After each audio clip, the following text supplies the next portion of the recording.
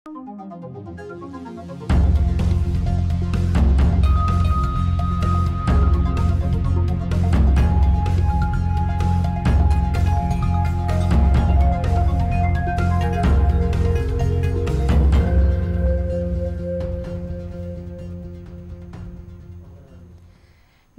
यो हो news 24 television prime time न्यूजमा स्वागत छ। कोरोनाको कहर बढ्दो छ। देशभर गत 24 घण्टामा हालसम्मकै सर्वाधिक 2000 बढीमा संक्रमण पुष्टि भएको छ। 11,6458 जनामा गरिएको पीसीआर परीक्षणमा 2020 संक्रमित थपिएका छन्। यसैबीच आज लामो प्रतीक्षापछि जयनगर चल्ने नेपालको आफ्नै रेल नेपाली भूमिमा प्रवेश गरेको छ। भारतमा निर्माण भएको रेल भारतको जयनगर स्टेशनबाट जनकपुर ल्याइएको हो। यता आजैबाट नेपालमा पहिलो पटक लामो दूरीमा बिजुलीबाट चल्ने मिनी बस सञ्चालनमा आएको छ। कोरोनाको कहर र राजनीतिक अस्तव्यस्तताका बीच यसले सकारात्मक सञ्चार गराएको छ। उता आज पनि युवाहरूले प्रदर्शन जारी राखेका छन्। विद्युत प्राधिकरणमा कुलमान घिसिङलाई नै पुनर्नियुक्तिको माग गर्दै आज पनि प्रदर्शन भएको हो। प्रदर्शनका क्रममा प्रहरीद्वारा धरपकड समेत भएको छ। हामीसँग यसबाहेक स्पोर्ट्स र इन्टरनेसनल न्यूज पनि छन्। तर त्यसअघि प्राइम टाइम न्यूजका हेडलाइन्स। गत 24 घण्टामा 7 जनाको कोरोनाबाट मृत्यु। मृतकको संख्या 390 पुग्यो। एकै दिन 2000 बढीमा भाइरस पुष्टि।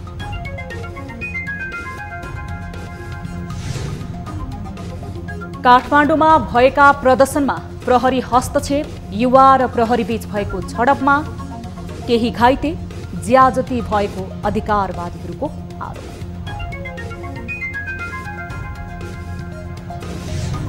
नेपालले भारतसँग किनेका 2वटा रेल जनकपुर आइपुग्यो। भारतको जयनगरबाट जनकपुरसम्मको 34 किलोमिटरमा रेल सञ्चालन हुने।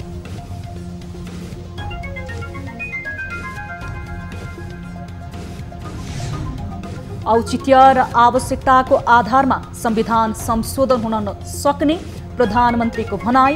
नागरिकको हकलाई संविधानले सुरक्षित गरेको उल्लेख। चाहेका बखत प्रयोग गर्ने, नचाहेका बखत फाल्दिने कागजको वस्तु हुने। र बाढी र पहिरोको उच्च जोखिममा रहेका बस्ती सार्न संसदीय समितिको निर्देशन। प्रकोप पीडितहरूका लागि अस्थायी बसोबासको व्यवस्था मिलाउन आदेश।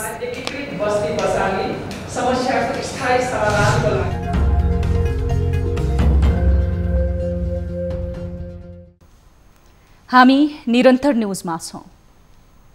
गत 24 घण्टामा देशभर 7 जना कोरोना संक्रमितको मृत्यु भएको छ। स्वास्थ्य तथा जनसङ्ख्या मन्त्रालयका अनुसार मृत्यु हुनेमा 5 जना पुरुष र 2 जना महिला रहेका छन्, जसमा काठमाडौँका 88 वर्षीय पुरुष र 85 वर्षीय महिला गरी 2 जनाको मृत्यु भएको छ। त्यसैगरी मोरङमा 66 वर्षीय 2 पुरुषको पनि मृत्यु भएको छ।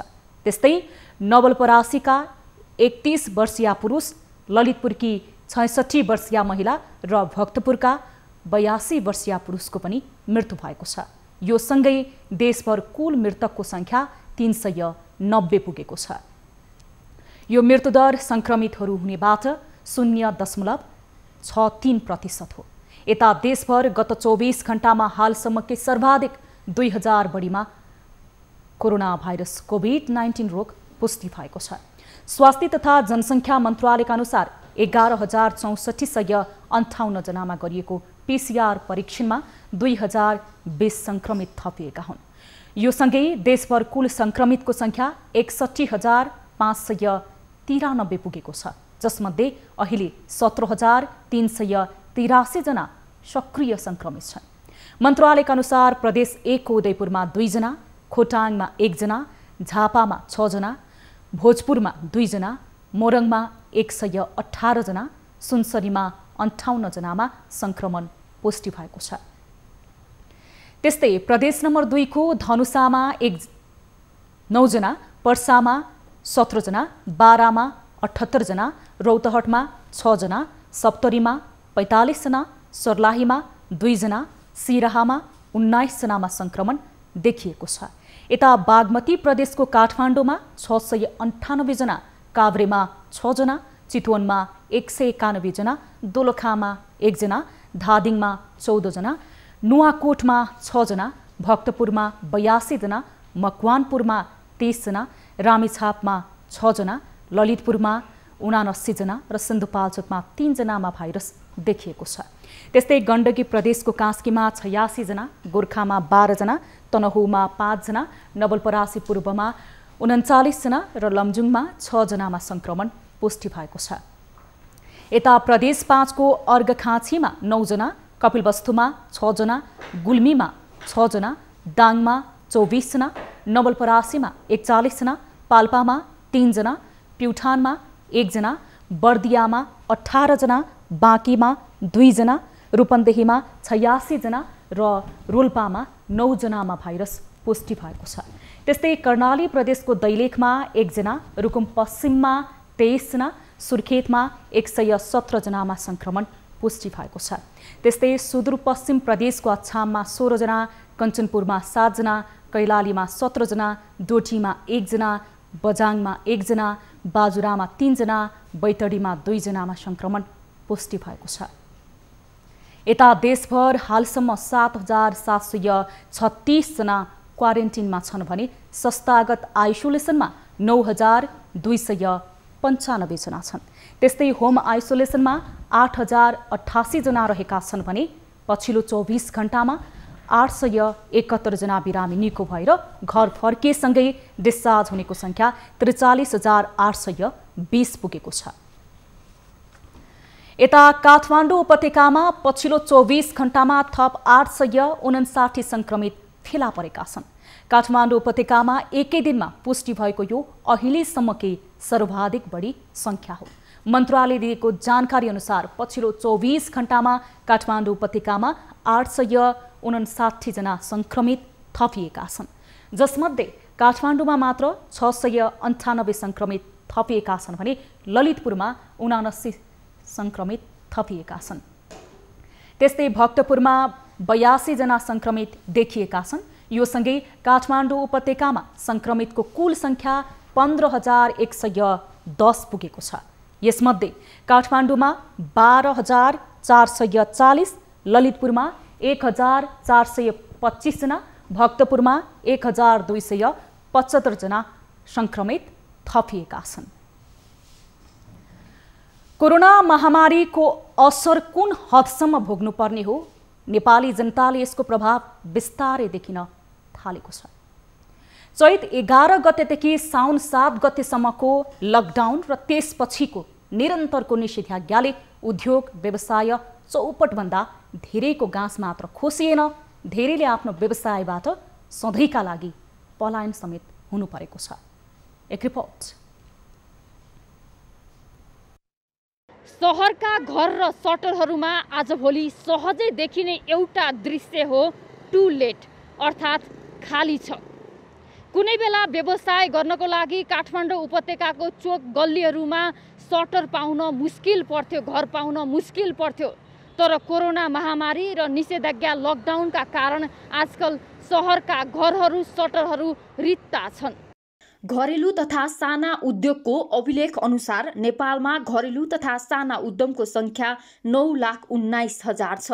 तर कोरोना भाइरसको महामारी नेपालमा सुरु भए लगत्तै लगाइएको लकडाउन र निषेधाज्ञाका कारण 1,84,000 उद्योगहरू बन्द भएको अनुमान गरिएको छ। त्यसमध्ये 20% उद्योग फर्कनै नसक्ने गरी सधैँका लागि बन्द भएका छन्। र लकडाउनलाई खोलिसकेपछि अलिकति हामीले अर्थतन्त्र पनि चलायौँ हुने र हाम्रो उद्योगहरूलाई पनि अलिकति चाहिँ सुचारू गरेर अलिकति गति लिन खोज्दै फेरि सटडाउन अथवा निषेधाज्ञा भयो। निषेधाज्ञापछि त हाम्रो उद्योगहरू साँच्चै नै प्रताडित भएका छन्, यति चाहिँ उठ्नै नसक्ने अवस्थामा पुगिसकेका छन्।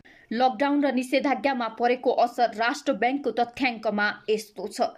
61% उद्योग पूर्ण रूपमा बन्द, शिक्षण संस्थाहरू 95% बन्द, होटल तथा रेस्टुरेन्ट 91% बन्द, घर जग्गा लगायतका कारोबार 79% ठप्प, यातायात तथा भण्डारण 76% ठप्प, निर्माण 58% बन्द, उद्योग तथा प्रतिष्ठानहरूको यो हाल हुँदा करिब 50 लाख मजदुर तथा कर्मचारीले रोजगारी गुमाएको अनुमान गरिएको छ।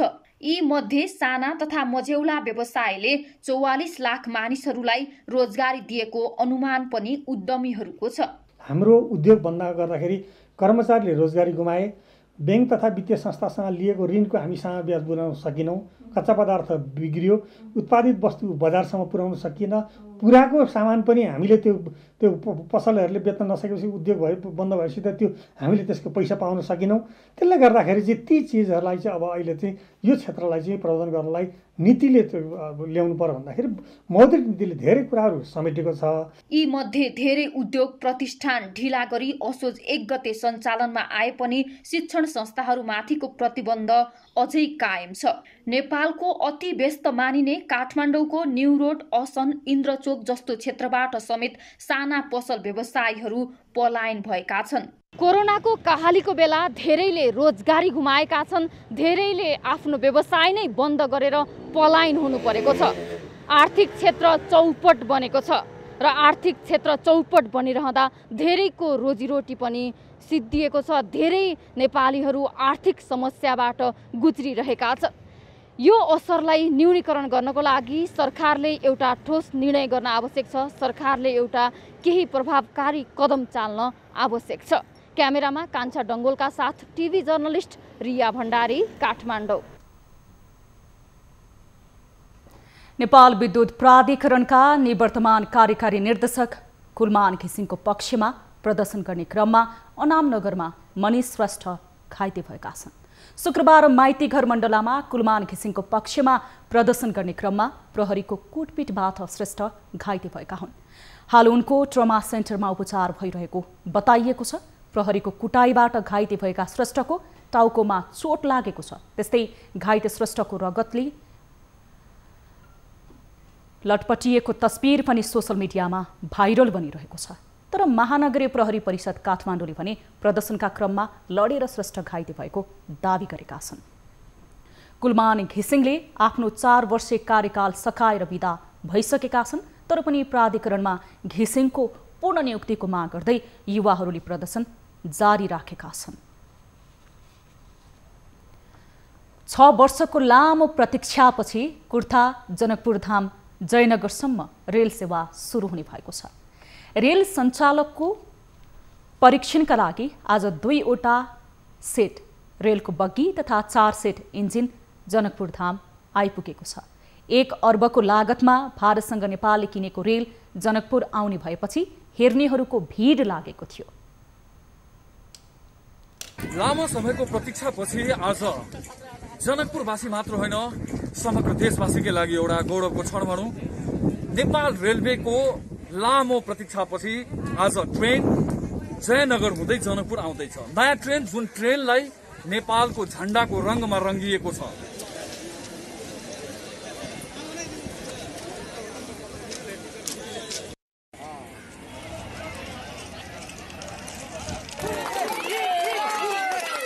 खुशहाली में छी। हमारे नेपाल में ट्रेन आबि रहल है, कई के लाके बड़ी लाइन वाला, वही लाके प्लस में हम सब यो बैठल छी। वासी को लागि यो सबभन्दा ठुलो उपलब्धिको कुरा हो। 10 वर्षदेखि यहाँको व्यापारी दृष्टिकोणले गर्दा पनि यहाँको जनताहरू धेरै चाहिँ मर्माहित थियो, दुखी थियो। अहिले यो सुचारू भइसकेपछि यहाँको व्यापारी र आम सर्वसाधारण जनताहरू पनि आउन जानको लागि एउटा राम्रो उपाय बन्छ। त्यसैले यो जनकपुरको लागि गौरवको कुरा हो। जनकपुरवासीको लागि खुसीको कुरा हो। सबभन्दा बढी खुसी त रेलवे स्टेसनका व्यापारीहरू खुसी हुन्छन् र उनीहरू दङदङ छन्। रेल कहिले रेल हेरेर पनि खुसी छन् उनीहरू। अब यो सम्माननीय प्रधानमन्त्रीज्यूको सपना पनि हो नेपालमा चाहिँ अब रेलवेको नेटवर्क विस्तार गर्ने र रेल चलाउने भन्ने कुरा। र त्यही सोच अनुसार चाहिँ अब अहिले पहिलो चरणमा अब यो जनकपुर जयनगर सेक्सन भारत सरकारको सहयोगमा निर्माण भएको ट्र्याकमा अब हामीले किनेको 2वटा डेमो सेट चलाउने भन्ने कुरा हो अहिलेलाई। अब डेमो सेट तयारी अवस्थामा छ। अब त्यो डेमो सेट अब आज हामी त्यो बुझ्दैछौँ होइन, त्यसको टेस्टिङ र कमिसनिङ गर्ने काम हुन्छ आज। र त्यसभन्दा पछाडि चाहिँ अब हामीसँग भएका केही तयारीका कामहरू बाँकी छन्। त्यो भनेको अब कर्मचारीको व्यवस्थापन गर्ने भन्ने प्रश्न छ। कर्मचारीको व्यवस्थापनको निम्ति अब आवेदन आह्वान पनि गरिसकिएको छ।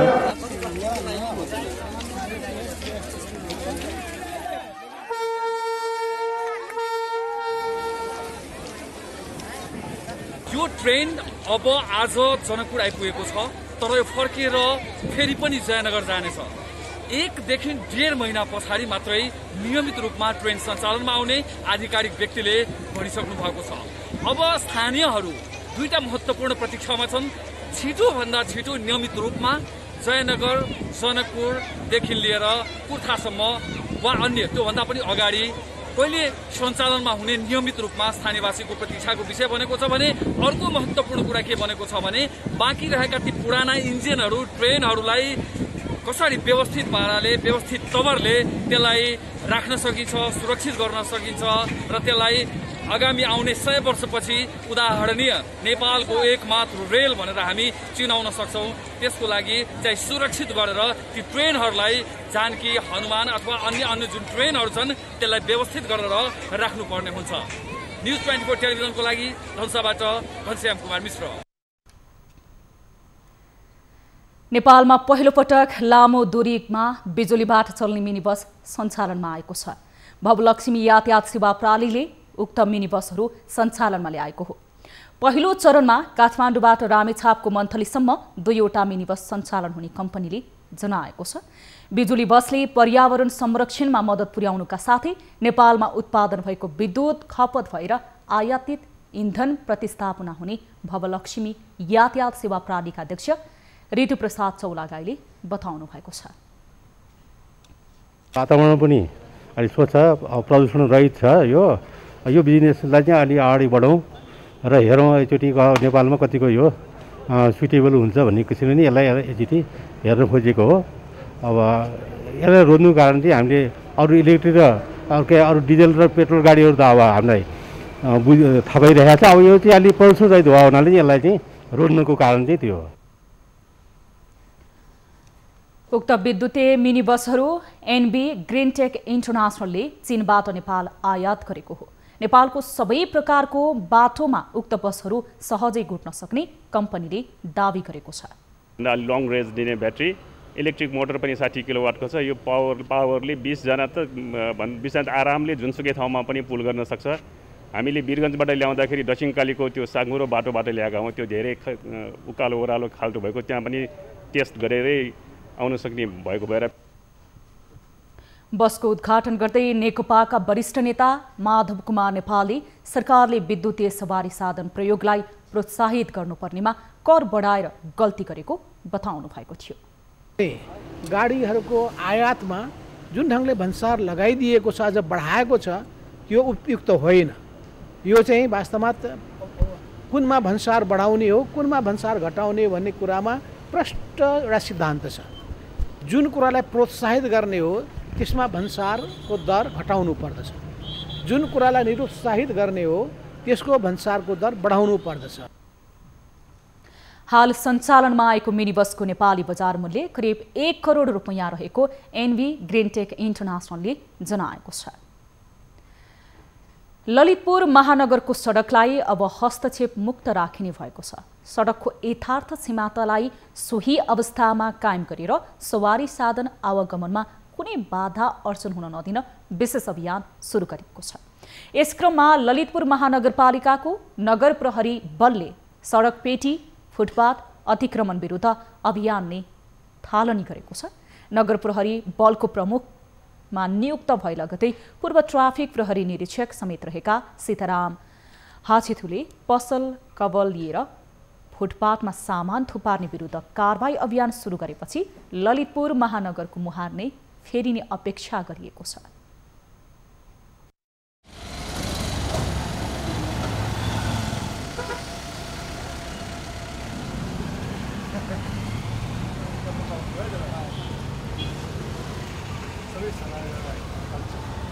फुटपाथमा पैदल यात्रुलाई शास्ति हुन गएको गुनासो सर्वसाधारणको वर्षौंदेखिको छ।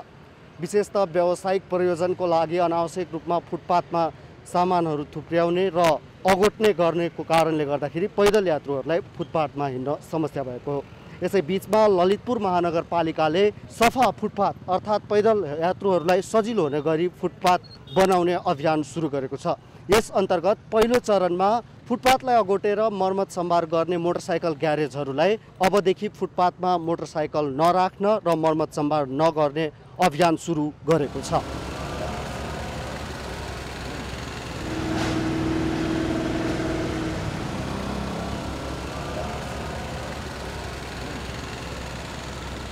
ललितपुर महानगरपालिकाको एउटा मुख्य उद्देश्य के छ भने पैदल यात्रु हिँड्ने ठाउँ पैदल यात्रुलाई सुरक्षित हुनुपर्छ, हिँड्न सजिलो हुनुपर्छ भनेर हाम्रो चिरबाबु महर्जनज्यूले निर्देशन दिनुभए अनुसार हामी महानगरपालिका ललितपुरबाट जुन नीति निर्देशनअनुसार काम गरिरहेका छौँ। त्यस कारण यो अहिले पहिलो अभियान भनेको यो तरकारी 2 किलो तरकारी पसल 4वटा जुत्ता पसललाई भन्दा पनि यो फुटपाथमा धेरै नराम्रो पहिलेदेखि 10औं वर्षदेखि राखेको पसल राखेको सानो पसल लिने अनि फुटपाथमा मोटरसाइकल राखेर मोटरसाइकल वर्कसप खोल्ने मोटरसाइकल बेच्ने कामहरू भएको कारणले गर्दा पहिलोपल्ट हामीले पत्रसाट उहाँसँग संयुक्त रूपमा कुरा गरेर अब उहाँहरूले आफै भित्र मोटरसाइकल बनाउनु पर्ने र मोटरसाइकल वर्कसपहरू मोटरसाइकलहरू जुन फोहोर देख्नुभयो तपाईँहरूले फोहोर खान नपाउने सलाउन काम गरेका छु। पहिलोपल्टलाई हामीले सम्झाइ बुझाइ गरेका छु। सेकेन्डपल्ट हामी आउनु पर्यो भने अब गरेन भने त्यस्तोलाई हामी गाडी ल्याएर मोटरसाइकल उठाउने त्यहाँ सबै धनीलाई पनि समातेर हामीले 10 हजारसम्म कारबाही गर्ने पक्षमा छु।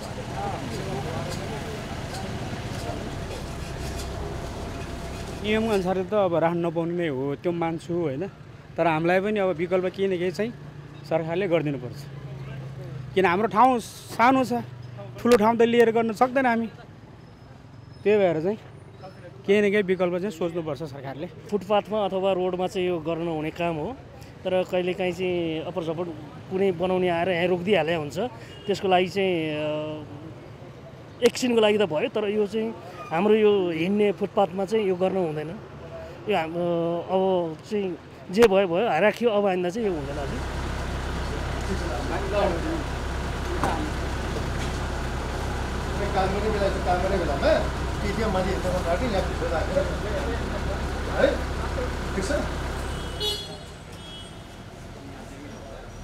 पार्किङको राम्रो व्यवस्थापन हुन नसक्दा मोटरसाइकल र गाडीहरू पनि सडकमै पार्किङ गर्दाखेरि पैदल यात्रु लगायत अरूलाई पनि समस्या हुने गरेको छ। फुटपाथ सफा गर्ने ललितपुर महानगरपालिकाको यो अभियान सकारात्मक छ र यसै गरी हरेक क्षेत्रलाई दबाब दिँदै फुटपाथ सफाई गरियो भने अवश्य पनि पैदल यात्रुहरूलाई सहज हुने आशा गर्न सकिन्छ। क्यामेरामा गोपाल पङ्गेनीको साथमा प्रशान्त ठाकुर, ललितपुर। 6 वर्षको लामो प्रतीक्षापछि कुर्था जनकपुर धाम जयनगरसम्म रेल सेवा सुरु हुने भएको छ। रेल सञ्चालनको परीक्षणका लागि आज 2 सेट रेलको बग्गी तथा 4 सेट इन्जिन जनकपुर धाम आइपुगेको छ।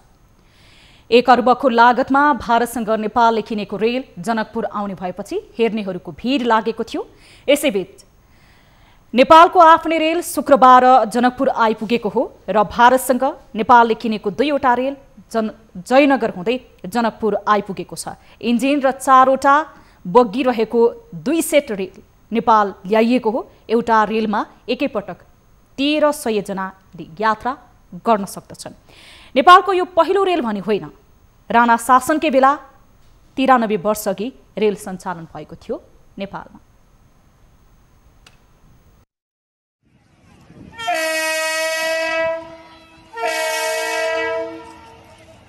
भारतको जयनगरदेखि नेपालको जनकपुरसम्म 34 किलोमिटर खण्डमा नेपालका 2 रेल सञ्चालन हुन्छन्। चेन्नईको कोक्कडर रेलवे कर्पोरेसनसँग खरिद गरिएको यो रेल बर्दिवाससम्म सञ्चालन गर्ने योजना रहेको छ।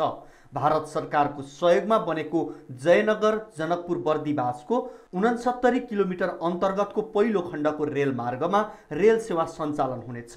विक्रम सम्वत 2067 मा भारत सरकारले यो रेल मार्गको ब्रोडगेज पूर्वाधार निर्माणमा सहयोग गर्ने प्रतिबद्धता जनाएको थियो। सोही अनुसार रेल मार्ग मर्मत गरेर पुनः रेल सेवा सुरु गर्न लागि हो।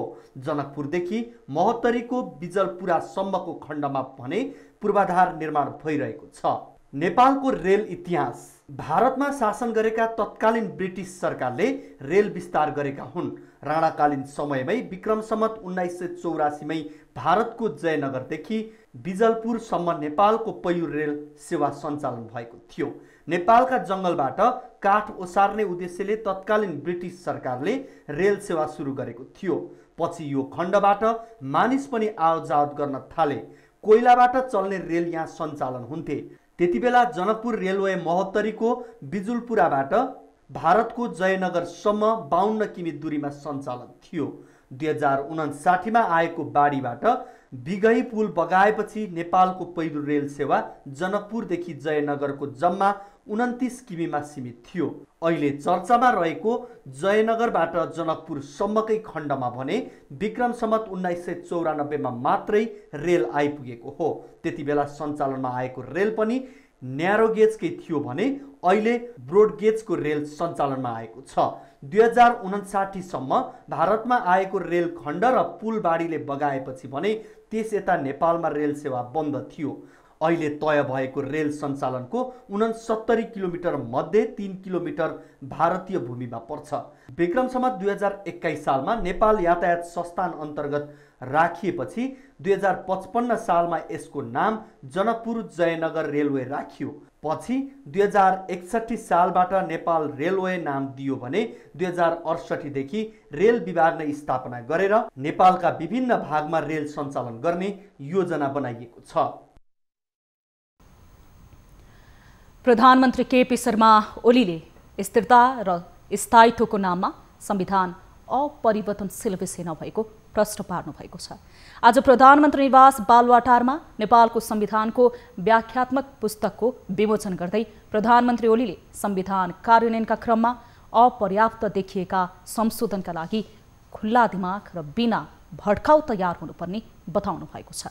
प्रधानमन्त्री ओलीले देश र जनताको आवश्यकता औचित्यका आधारमा संविधान संशोधन परिमार्जन गर्नुपर्ने हुन सक्ने बताउँदै उहाँले खुल्ला दिमाग राखेर बिना भड्काउ तयार रहनुपर्ने बताउनु भएको हो। फाल्दिने कागजको पोस्ट हुने, कसैले चाहेका बखत संविधान प्रतिसंहरण संशोधन खारेजी वा प्रतिसंहरण फिर्ता लिने, हटाउने, त्यसलाई बर्खास्त गरिदिने, अर्को जारी गर्ने, यी सबै अधिकार कतै गएर कुनै संस्थाका नाममा कुनै व्यक्तिमा हुने र सबै जनता चाहिँ निरीह हुने। त्यस्तै प्रधानमन्त्री ओलीले न्याय, समानता तथा विकासलाई यथोचित ढङ्गले परिमार्जन गर्न र परिवर्तनको उपलब्धिलाई अगाडि बढाउन संविधान संशोधन हुन सक्ने बताउनुभयो। त्यस्तै उहाँले सम्पूर्ण नागरिकले सुरक्षित हुन पाउने र विकासको समान अवसर प्राप्त गर्ने विषयलाई संविधानले सुरक्षित गरेको पनि बताउनु भएको छ। उहाँले संविधान दिवसको पूर्व सन्ध्यामा संविधानविद विपिन अधिकारी, कनकमणि दीक्षित लगायतले तयार पारेको नेपालको संविधानको व्याख्यात्मक पुस्तकको विमोचन गर्नुभएको थियो। नेपाल कम्युनिस्ट पार्टी नेकपाको सचिवालय बैठक स्थगित भएको छ। आज बिहान 11 बजेका लागि बोलाइएको सचिवालय बैठक स्थगित भएको महासचिव विष्णु पौडेलले जानकारी दिनुभयो। उहाँका अनुसार बैठक पर्सि आइतबारका लागि सारिएको छ। यसअघिका धेरै जस्तो बैठक प्रधानमन्त्री समेत रहेका पार्टी अध्यक्ष केपी शर्मा ओलीको सरकारी निवासमा बस्ने गरे पनि तत्कालीन एमाले र माओवादी एकतापछि पहिलो पटक पेरिस डाँडामा बस्ने तय भएको छ। यसअघि अधिकांश बैठक प्रधानमन्त्रीको सरकारी निवास बालुवाटारमा बस्दै आएको थियो। पेरिस डाँडा स्थित कार्यालयमा पार्टीको सचिवालय बैठक बस्न लागेपछि तयारी तीव्र पारिएको छ। पेरिस डाँडाको सबैभन्दा माथिल्लो तलामा बैठक राख्ने तयारी गरिएको छ। तत्कालीन नेकपा एमाले र माओवादी बीच पार्टी एकीकरण हुनु अघि पूर्व माओवादी केन्द्रका केन्द्रीय तहका बैठक सोही हलमा हुने गरेको थियो। तत्कालीन एमाले र माओवादी बीच एकता भएर नेकपा बनेपछि पहिलो पटक तत्कालीन माओवादीको पार्टी मुख्यालय पेरिस डाँडामा बैठक बस्ने निर्णय भएको छ। संसदको राज्य व्यवस्था समितिले बाढी र पहिरोको उच्च जोखिममा रहेका बस्तीहरूको पहिचान र भू उपयोग नीति अनुसार एकीकृत बस्ती बसाल्ने व्यवस्था मिलाउन निर्देशन दिएको छ। सिंहदरबारमा आज बसेको समितिको बैठकले भौगोलिक संरचनाको अध्ययन गरी बाढी पहिरो एवं प्राकृतिक प्रकोपको दृष्टिले उच्च जोखिममा रहेका बस्तीहरूको 6 महिनाभित्र पहिचान गर्न निर्देशन दिएको हो। साथै भू उपयोग नीति अनुसार एकीकृत बस्ती बसाल्न सरकारलाई भनेको छ। त्यस्तै बैठकले बाढी पहिरोबाट बेपत्ता भएकाको तत्काल खोजी र घाइतेहरूको उपचार तथा विस्थापित तथा प्रभावितहरूलाई तत्कालका लागि सुरक्षित स्थानमा स्थानान्तरण गरी अस्थायी बसोबासको व्यवस्था मिलाउन पनि सरकारलाई निर्देशन दिएको समिति सभापति शशि श्रेष्ठले जानकारी दिनुभएको छ। घाइतेहरूको उपचार तथा विस्थापित एवं प्रभावितहरूलाई सुरक्षित ठाउँमा स्थानान्तरण गरी अस्थायी बसोबासको व्यवस्था मिलाउनका साथै भौगोलिक संरचनाको अध्ययन गरी बाढी पहिरो एवं प्राकृतिक प्रकोपको दृष्टिले उच्च जोखिममा रहेका बस्तीहरूको 6 महिनाभित्र सुरक्षित स्थानमा एकीकृत बस्ती बसाली समस्याको स्थायी समाधानको लागि आवश्यक व्यवस्था मिलाउने। बैठकमा यस वर्ष बाढी र पहिरोका कारण 310 को मृत्यु भएको छ। प्राकृतिक प्रकोपबाट प्रभावित जिल्लाको संख्या 49 रहेको जानकारी पनि दिनुभएको छ।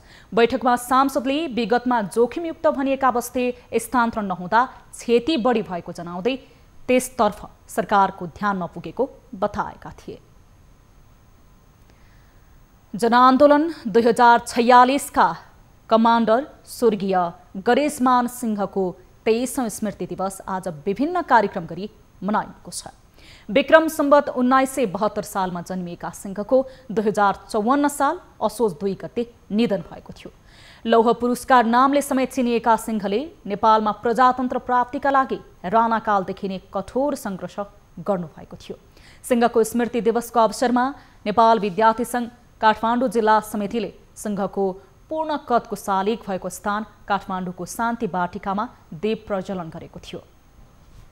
राणा शासन विरुद्धको आन्दोलनदेखि 2014 सालको सत्याग्रह, 2015 सालको संसदीय चुनाव र सरकार अनि 2017 सालको महेन्द्रको प्रजातन्त्रमाथिको कुसम्म स्वर्गीय सिंह सहभागी हुनुहुन्थ्यो। 2046 सालमा प्रजातन्त्र आएपछि प्राप्त भएको प्रधानमन्त्रीको पद अस्वीकार गर्नुभएका नेपाली प्रजातान्त्रिक आन्दोलनका शिखर व्यक्तित्व सिंहले प्रजातन्त्रको पहरेदारी गर्न रुचाउनु भएको थियो। हामीसँग न्युजहरू अझै बाँकी छन्, अहिलेलाई ब्रेक।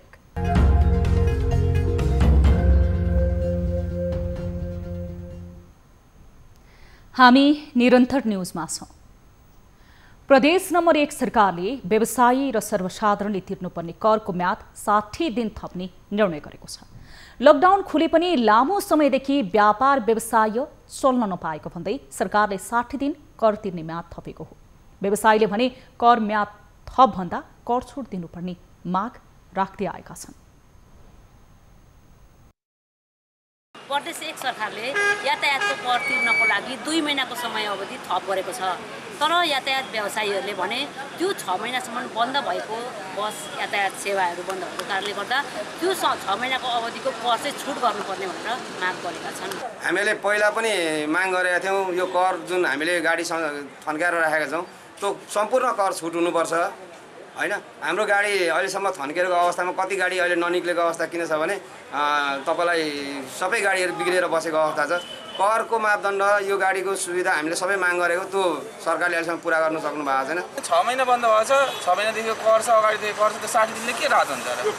समय बढाइदिएर राहत हुन्छ, छुट नदिएपछि 2 महिनाभित्रमा कर तिरे लाग्ने जरिमाना छुट गरिएको भनेर प्रदेश सरकारले निर्णय गरेको छ। यातायात अनि त्यस पछाडि घरेलु अनि होटल आदि चाहिँ मतलब ट्राभल्स टुर्स आदि इत्यादिको चाहिँ लकडाउनको कारणले गर्दाखेरि लकडाउन खोलिसके पछाडि 60 दिनसम्म नवीकरण गर्ने म्याद हामीले राखेका थियौँ। हाम्रो कार्यालयहरू सञ्चालन हुन नसकेको कारणले गर्दाखेरि यातायातको घरेलुको लगायतको चाहिँ जुन 60 दिन हामीले चाहिँ समयमा थप दस्तुर र जरिवाना नलाग्ने व्यवस्था चाहिँ आर्थिक ऐनले र बजेट वक्तव्यले गरेको थियो। प्रदेश सरकारले यातायात व्यवसायीलाई कर तिर्न 2 महिना समय अवधि थप गरेपछि यातायात व्यवस्था सेवा कार्यालय विराटनगरले पनि यो सेवा दिनलाई सहज हुने भनेर बताएको छ।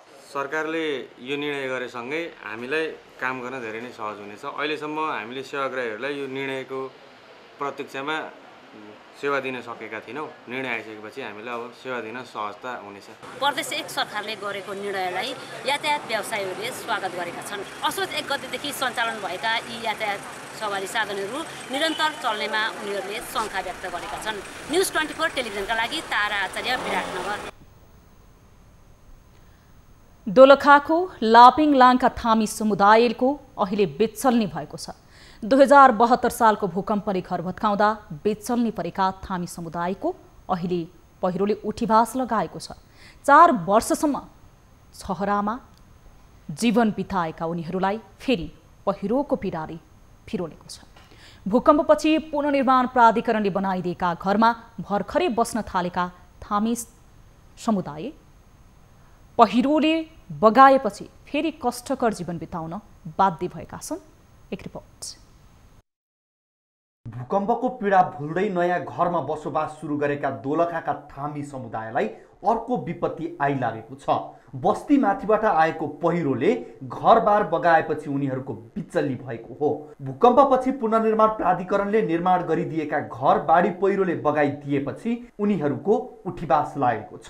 तर पहिरोले घरबार बगाएको 1 महिना पुग्दा पनि राहत नपाएको उनीहरू बताउँछन्। कुनै पनि क्षेत्रमा शिक्षा, स्वास्थ्य र यातायात र यस्तो बाढी पहिरो आपतकालीनमा कुनै पनि ठाउँमा यहाँ स्थानीय सरकार पुगेको जस्तो देखिँदैन। अहिलेसम्म यहाँनिर कोही आउनु पनि भएको छैन, केही राहतहरू पनि पाएको छैनौँ हामी। एकदमै अब यस्तो ठाउँमा महिना यहाँनिर साउनको 19 गतेदेखि पहिरो गएको, आजसम्म हामीले केही राहतहरू केही पनि पाएको छैन। बस्ने ठाउँ पनि छैन, खाने बस्ने यसो ओर्ने केही पनि छैन।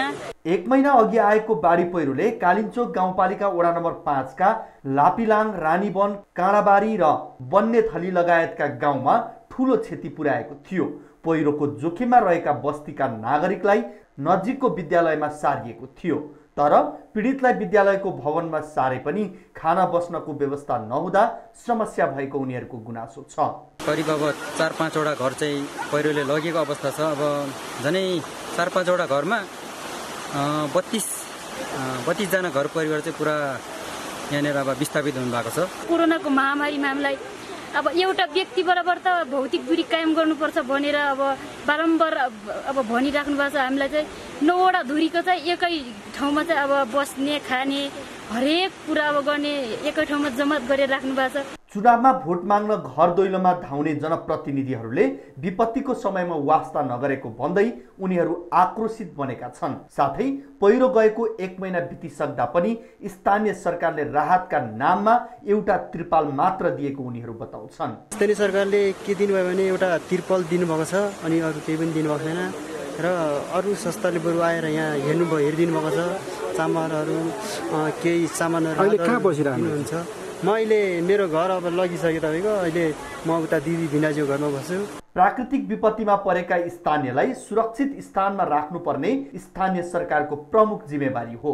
तर कालिन्चोक गाउँपालिकाले भने पहिरो गएको महिना दिन बितिसक्दा पनि कुनै वास्ता गरेको छैन। केही सहयोगी दाताहरूले गरेको सहयोगबाट उनीहरू अहिले कष्टकर जीवन बिताइरहेका छन्। दोलखाबाट टिभी जर्नलिस्ट सुरज बस्नेतको रिपोर्ट। कञ्चनपुरमा लगाएको धानबालीमा फटके किरा लागेपछि किसानहरू चिन्तित बनेका छन्। फटके नामको पाक्नै लागेको धानबालीमा नष्ट गरेपछि उनीहरू निराश बनेका हुन्। वर्षभरि दुःख गरेर लगाएको बाली पाक्ने बेला फटके किराले सखा पारेपछि भोकमरी हुने उनीहरूको चिन्ता रहेको छ। कञ्चनपुरको महाकाली नगरपालिका वडा नम्बर 1 मिलन चोकका किसान चिन्तित भएका छन्। यो समय असार सनमा रोपेको धानबाली भित्राउने समय हो। धानबाली भित्राउने समयमा रोग लागेर खेतमै पुग्दा किसान चिन्तित भएका हुन्। हेर्नु त धेरै छ ल त्यो सबै सुकाउने वाला खाने बेला यस्तो भयो, धान गाडामा आइसो भयो, यो पुरै गाडामा आइसो भयो हो, पुरै गाडा खेती इसो भयो, खाद पानी हामीले चोरी सिनी ल्यायौँ, रोपाइ लाउने बेला लेबरी ल्यायौँ, सबैतिर इसो भयो। हजुर के गर्ने? एक त यो कोरोना भाइरसले बाहिरभित्र खाइ जाने केही कामै छैन, कहाँ यता अर्को उपाय भन्ने केही छैन। यसै हो, यो गाई पनि मरे, हामी पनि मऱ्यौँ, यसमा केही छैन। बाँकी के गर्ने? सरकारले हामीमाथि दया गरिदिएर बिजन औषधि उपलब्ध गराइदिएपछि राम्रो हुने थियो भन्ने आशा गर्दछु।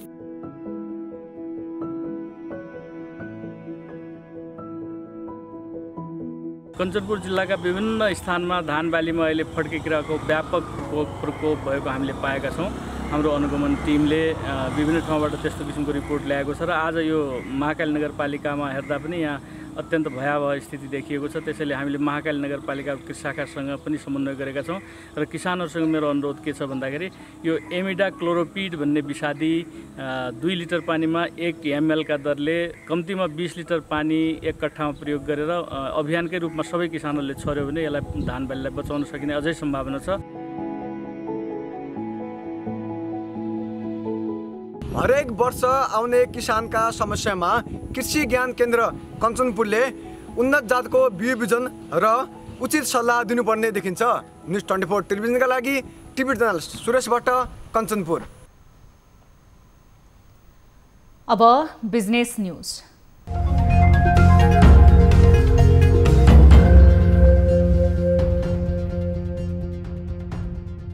संस्कृति पर्यटन तथा नागरिक उड्डयन मन्त्रालयले आन्तरिक हवाई उडानमा 100% यात्रु राख्न पाउने गरी पुरानै भाडा दर कायम रहने गरी निर्णय गरेको छ। शुक्रबार साँझ संस्कृति पर्यटन तथा नागरिक उड्डयन मन्त्रालयले नेपाल वायु सेवा सञ्चालक सङ्घको माग अनुसार 100% यात्रु राख्ने गरी गत चैत्र महिना अघिकै पुरानै भाडा दर अनुसार उडान गर्ने निर्णय भएको हो।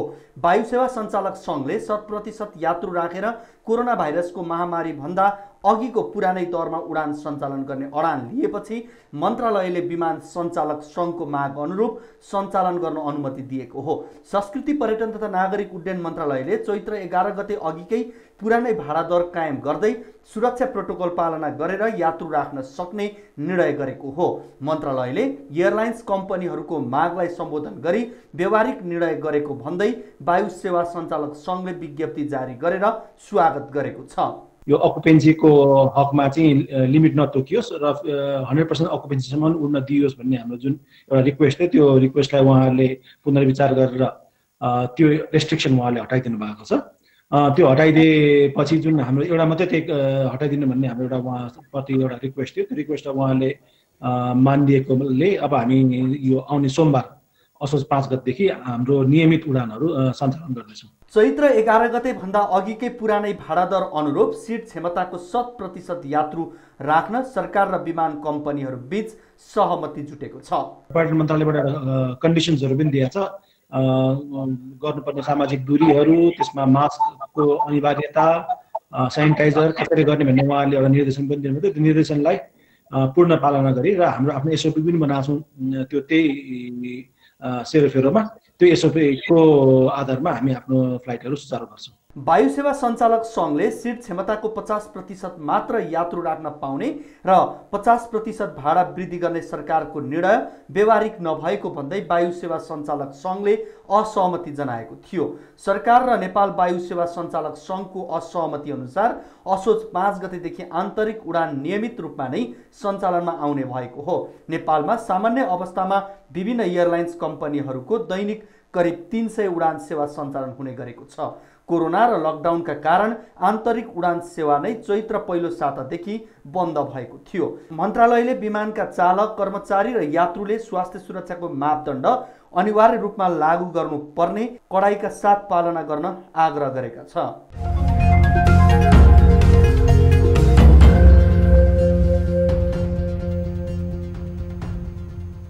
हामीसँग न्युजहरू अझै बाँकी छन्, अहिले लाइभ ब्रेक।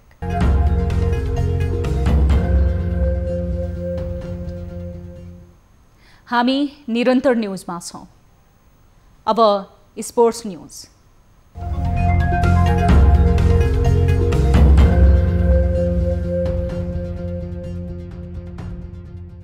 लामो समय बन्द रहेको नेपाली राष्ट्रिय फुटबल टिमको प्रशिक्षण सुरु हुने सम्भावना बढेको छ। नेपाली खेलकुदको कार्यकारी निकाय राष्ट्रिय खेलकुद परिषद राखेपाले एन्फालाई प्रशिक्षणका लागि कार्यविधि बनाउन निर्देशन दिएसँगै प्रशिक्षणको सम्भावना बढेको हो। राखेपा सदस्य सचिव रमेश कुमार सुब्बालले एन्फा अध्यक्ष कर्मा छिरिङ शेर्पालाई प्रशिक्षणको कार्यविधि बनाउन र अघि बढ्न भनेका छन्। एन्फाले पछिल्लो समय विश्वकप छनौटदेखि मैत्रीपूर्ण खेलाडीको प्रशिक्षण गराउने वातावरण मिलाउन सिलवालसँग अनुरोध गरेको थियो। बुधबार एन्फा अध्यक्ष कर्मचरिङ शेर्पा, उपाध्यक्ष सतीश बराचुली र सदस्य सचिव सिलवाल बीच राष्ट्रिय टोलीको प्रशिक्षण सञ्चालनका विषयमा गम्भीर छलफल भएको बताइएको छ। छलफलका क्रममा शेर्पाले अनुमति पाए सुरक्षित रूपमा अभ्यास थाल्न तयार रहेको बताएका थिए भने सिलवालले WHO, फिफा र नेपाल सरकारको स्वास्थ्य प्रोटोकल अनुसार कार्यविधि बनाउन भनेका थिए। अभ्यास सुरु गर्नुपर्ने विषयमा निकै लचक र सकारात्मक देखिएका सिलवालले कार्यविधि बनाएर अघि बढ्न आग्रह गरेको बताइएको छ। एन्फाले राखेप समक्ष कोरोना प्रभावका कारण रोकिएका प्रतियोगिता, राष्ट्रिय टोलीको अभ्यासका साथै केही मैत्रीपूर्ण खेल सञ्चालनको अनुमति मिलाइदिन अनुरोध समेत गरेको छ। नेपाली टिमसँग बङ्गलादेश सहित 3 देशले मैत्रीपूर्ण फुटबल खेल्न प्रस्ताव समेत राखेका छन्।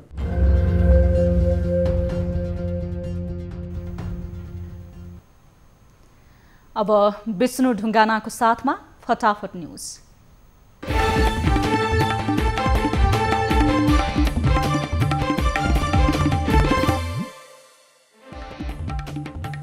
पछिल्लो 24 घण्टामा 2020 जनामा कोरोना संक्रमण पुष्टि, 7 जनाको मृत्यु, 871 जनाले लिए स्वास्थ्य लाभ।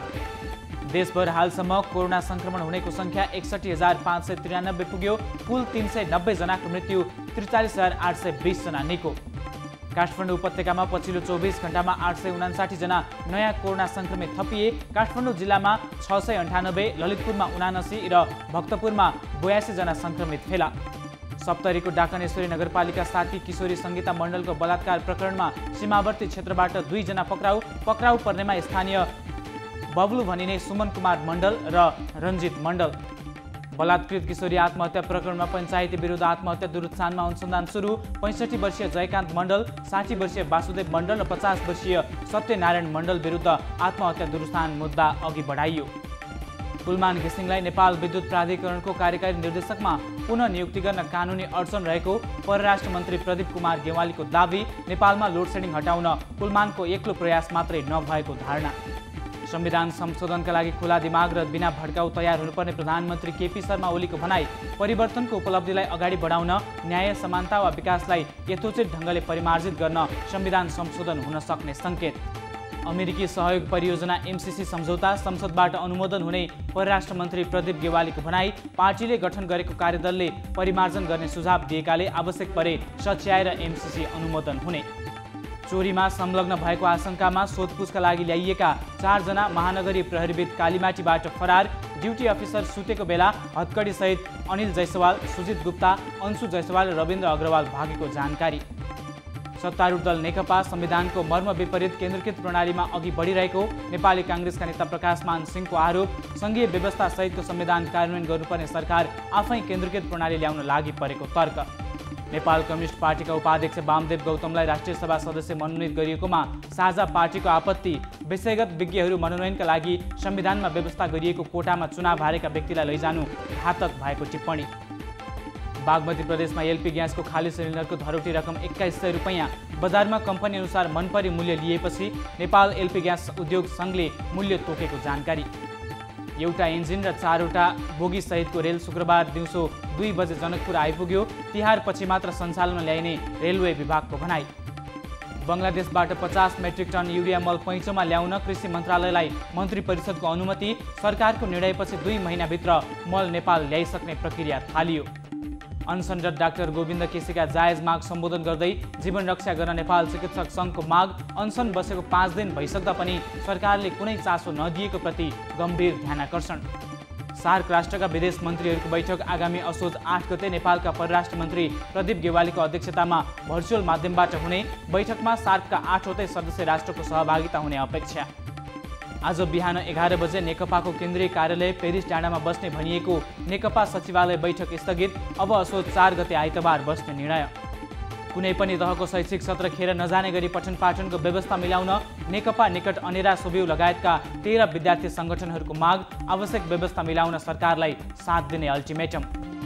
जग्गा धितो राख्न नसक्ने निम्न आय भएकाहरूलाई लक्षित गरी तिलोत्तमा नगरपालिकामा बिना धितोमा सहुलियतपूर्ण कर्जा दिन सुरु। स्वरोजगार बन्न चाहने युवालाई नेपाल बैंक लिमिटेडसँगको सहकार्यमा प्रति व्यक्ति बढीमा 4 लाख रुपैयाँ सहुलियतपूर्ण कर्जा दिइने।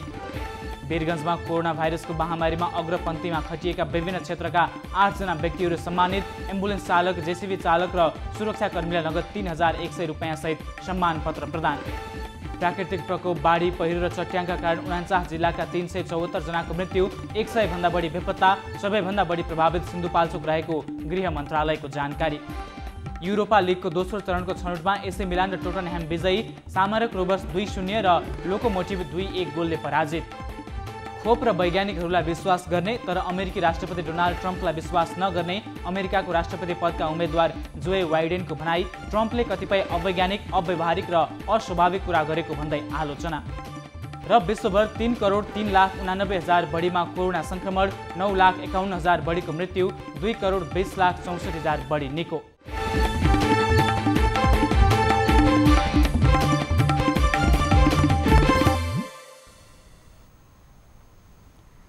प्राइम टाइम न्यूज सक्नु अघि अहिलेसम्मका हेडलाइन्स पुनः एकपटक। गत 24 घण्टामा 7 जनाको कोरोनाबाट मृत्यु, मृतकको संख्या 390 पुग्यो। एकै दिन 2000 बढीमा भाइरस पुष्टि।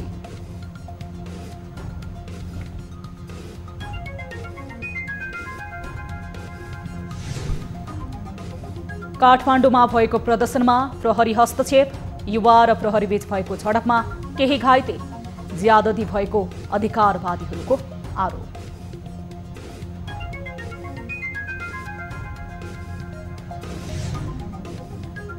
नेपालले भारतसँग किनेका 2वटा रेल जनकपुर आइपुग्यो।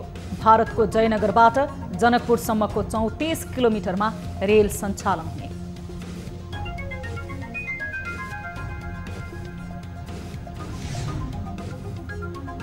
औचित्य र आवश्यकताको आधारमा संविधान संशोधन हुन सक्ने प्रधानमन्त्रीको भनाई। नागरिकको हकलाई संविधानले सुरक्षित गरेको उल्लेख। चाहेका बखत प्रयोग गर्ने, नचाहेका बखत फाल्दिने कागजको वस्तु हुने।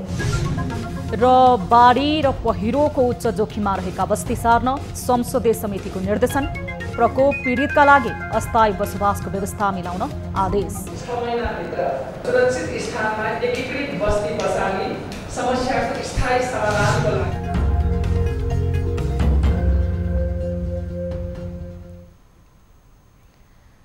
प्राइम टाइम न्यूज अहिलेलाई यति नै। जाँदा जाँदै ताली र गालीका लागि हाम्रो प्रश्न। चुनाव हारेर पनि वामदेव गौतम राष्ट्रिय सभा सदस्य भएका छन्। उनलाई बधाई दिनेले तालीमा र विरोध गर्नेले गालीमा भोट गर्न सक्नुहुनेछ।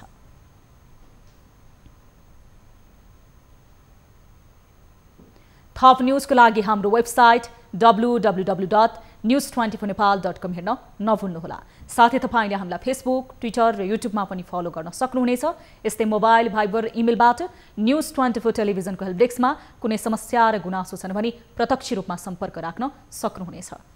हामी निरन्तर न्यूजमा छौं। नमस्ते।